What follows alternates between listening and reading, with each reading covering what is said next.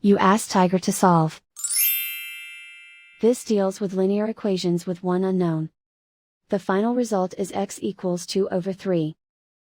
Let's solve it step by step. Simplify the expression. Multiply the fractions. Break up the fraction. Find the greatest common factor of the numerator and denominator. Factor out and cancel the greatest common factor. Swap sides.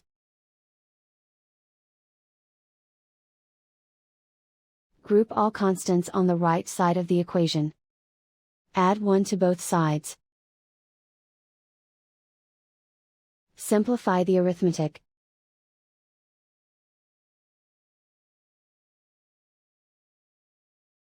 Isolate the x. Multiply both sides by inverse fraction 2 over 9. Group like terms. Multiply the coefficients. Simplify the fraction.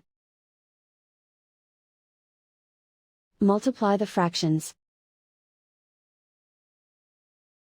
Simplify the arithmetic. And so the final result is x equals 2 over 3.